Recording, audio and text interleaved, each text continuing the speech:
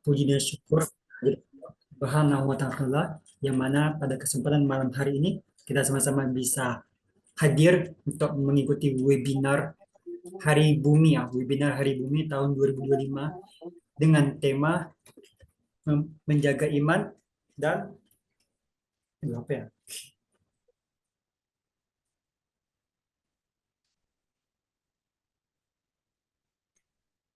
Dengan tema merawat iman, menjaga bumi.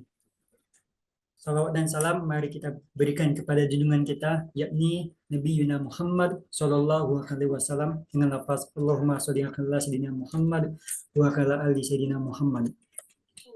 Baiklah, pada malam hari ini kita telah kehadiran oleh beberapa narasumber kita, yaitu yang pertama adalah yang kami muliakan dan yang kami hormati, yaitu Ibu Profesor Dr. Nur Arfiah Febriani MA. Selamat malam, Ibu. Beliau merupakan pakar tafsir ekologi sekaligus pembina Antassalam Institute. Kemudian narasumber yang kedua yaitu yang kami hormati dan yang kami muliakan juga, yaitu Mbak Rahma Sofiana. Beliau merupakan lead project Umma for Earth Greenpeace Indonesia. Kemudian yang ketiga itu kepada yang kami hormati yaitu Ustadz Rizky Prayogo SQSAG sebagai keynote speaker pada webinar malam ini. Beliau merupakan founder dari Antassalam Institute. Dan yang terakhir dan yang tak lupa pula yaitu kepada para peserta, yaitu hadirin yang menyempatkan hadir di webinar pada malam hari ini. Baiklah, sebelum kita memulai acara webinar ini, mari kita sama-sama melafazkan lafaz basmalah. Bismillahirrahmanirrahim. Baiklah, acara pertama yaitu keynote speaker yang akan disampaikan oleh founder Antassalam Institute, yaitu Ustadz Rizky Prayogo SQSAG. Pada beliau kami persilahkan. Ya, baik, dibantu PPT-nya Mas, ada bisa di-share nggak? Mas Farhan. Langsung di-share aja. Iya, PPT saya di-share ya, tolong ya. Baik, bismillahirrahmanirrahim. Assalamualaikum warahmatullahi wabarakatuh. Yang kami hormati Ibu Profesor Dr. Nur Arfiah Febriani MA dan Kak Rahma Sofiana selaku narasumber pada malam hari ini. Sekilas info buat teman-teman semua, saya sama Bu Nur ini satu alma mater ya, Pesantren At-Taqwa. Dan kemarin kita halal bihalal itu ada tradisi keliling-keliling ke rumah guru-guru. Jadi itu mau angkatan kolonial ataupun angkatan milenial itu semuanya keliling-keliling gitu ke rumah guru. Dan alhamdulillah ya berkah silaturahmi ini bisa terjalin sampai hari ini. Dan untuk Kak Rahma ini saya pernah ketemu langsung di Gondang Dia ya Bu. Jadi sebelum Ibu Nur main ke sana saya udah main duluan Bu. Waktu itu mainnya nemenin Ustadz Zen kalau nggak salah, nemenin Ustadz Zen syuting ke sana dari Cari Ustadz. Nah, pada kesempatan hari ini memang sebetulnya kalau ditanyakan ya kenapa kok Sabtu malam Minggu gitu, karena kemungkinan sepi soalnya orang-orang lagi pada malam mingguan.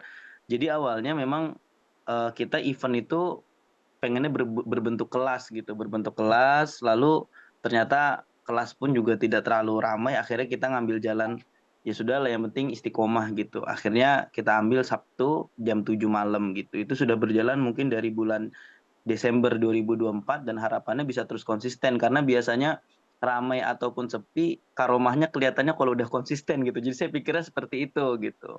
Karena sebagaimana ulama bilang al-istiqomah khairun min alfi karomah kan gitu. Kalau misalkan istiqomah lebih dari 1000 karomah. Soalnya kalau istiqomahnya hilang karomahnya dicabut gitu. Jadi kita cari istiqomahnya dulu dan alhamdulillah sebagai suntikan semangat juga buat teman-teman peserta yang sudah meluangkan waktu pada malam hari ini ada satu pesan bahwasannya memang kebaikan itu mesti disempatkan, tidak bisa menunggu luang. Untuk berbuat amal soleh pun itu harus memang berkorban, harus berjuang. Tidak bisa menunggu peluang atau menunggu waktu gitu, memang harus diusahakan. Akhirnya ada satu pesan yang cukup relate dari Imam Syafi'i, wa nafsuka ilam tusgha bil haqqi wa illa syaghlaska bil batil. Kalau kita nggak berusaha mensibukkan diri kita pada perkara yang hak, pada perkara yang baik, mesti disibukkannya pada selain kebaikan gitu. Maka ini adalah upaya kita menyediakan satu ruang untuk sama-sama menyibukkan diri dalam kebaikan. Nah, ini ada satu materi yang saya susun, cuma takutnya kelamaan. Coba di next, Mas. Next, ininya, PPT-nya, dilanjut. Nggak pindah ya? Oke, lanjut. Nah, ini ada satu hal yang menarik ya di buku The Uninhabitable Earth yang ditulis David Wallace Wells.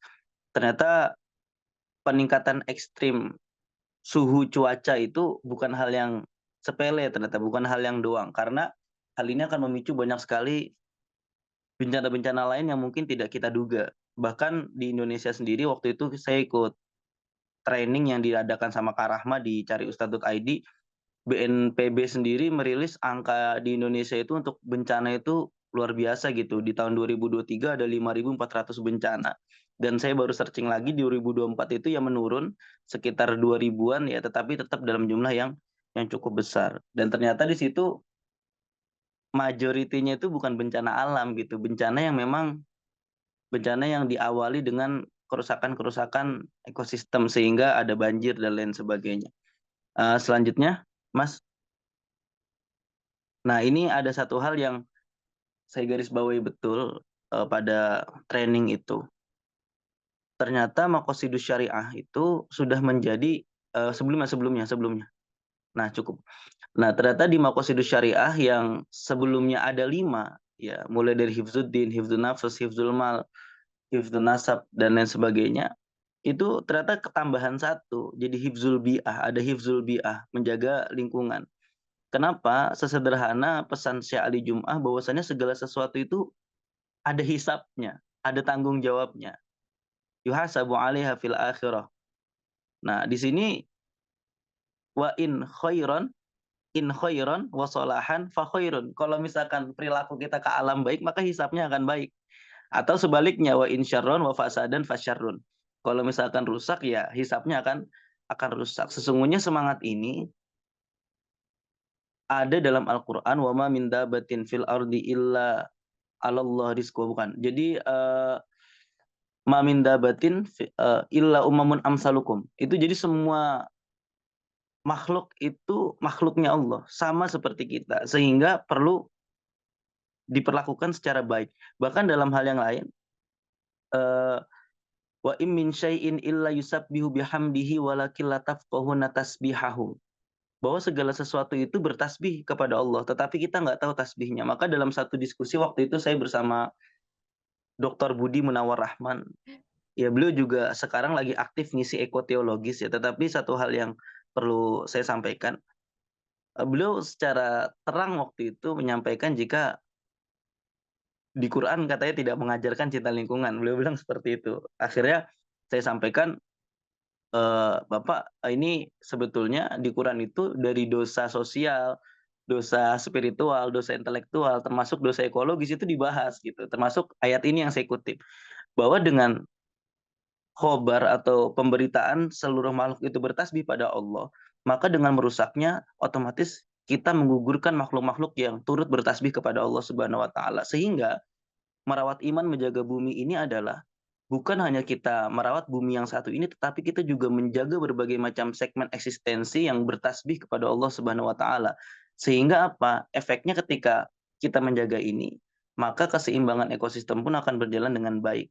Nah, kira-kira seperti itu. Untuk lebih detailnya, lebih lanjutnya, kita akan dengarkan bersama bagaimana pemaparan dari Profesor Nur Arfia dan Kak Rahma Sofiana selaku praktisi. Saya hanya memberikan satu pengantar saja, tidak panjang-panjang, karena dari kemarin-kemarin kayaknya saya overtime gitu, sehingga saya berusaha untuk menyampaikan secara singkat, tetapi semoga bisa diterima pesannya. Baik, itu saja dari kami. Semoga ada manfaatnya. Wallahul muwaffiq ila aqwamit thoriq. Dipersilakan teman-teman mendengarkan dengan baik dan menikmati hidangan ilmu yang kami sajikan pada malam hari ini. Assalamualaikum warahmatullahi wabarakatuh.